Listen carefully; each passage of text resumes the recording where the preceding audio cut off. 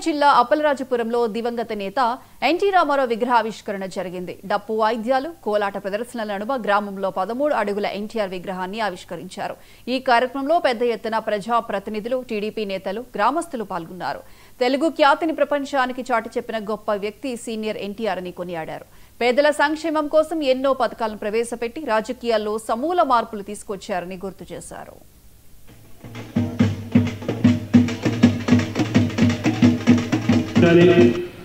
మా రమేష్ కానీ, మా గౌరీ సింగ్ కానీ, జగ్రాన్ కానీ, మిగిలిన కుర్రలందరూ కూడా ఎవరైతే మన గ్రామంలోని మా దేవునాయుడు కానీ, అదేవిధంగా ప్రతి ఒక్కరు కూడా మా నాన్న కానీ ప్రతి ఒక్కరు కార్యక్రమం తలపెట్టిన తర్వాత నాకే ఆశ్చర్యం వేస్తుంది. అయితే ఏదో విగ్రహం పెడదాం అనుకుంటే చాలా వరకు కూడా ఏదో విగ్రహం పెడతారు, అన్ని గ్రామాల్లో ఏ విధంగా అయితే ఉందో అదే విగ్రహం పెడతారు అనే ఒక ఆలోచనతో ఎవరైనా ఉంటాం.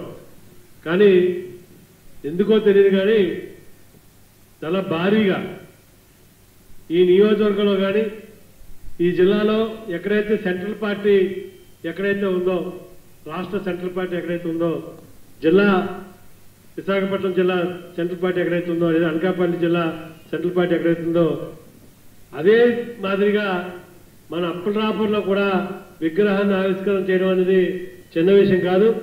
మనం గ్రామ పెద్దలు ఎవరైతే ఈ యొక్క విగ్రహానికి మరి ఆవిష్కరించుకోవడం కోసం అందరూ సహకారం చేశారు.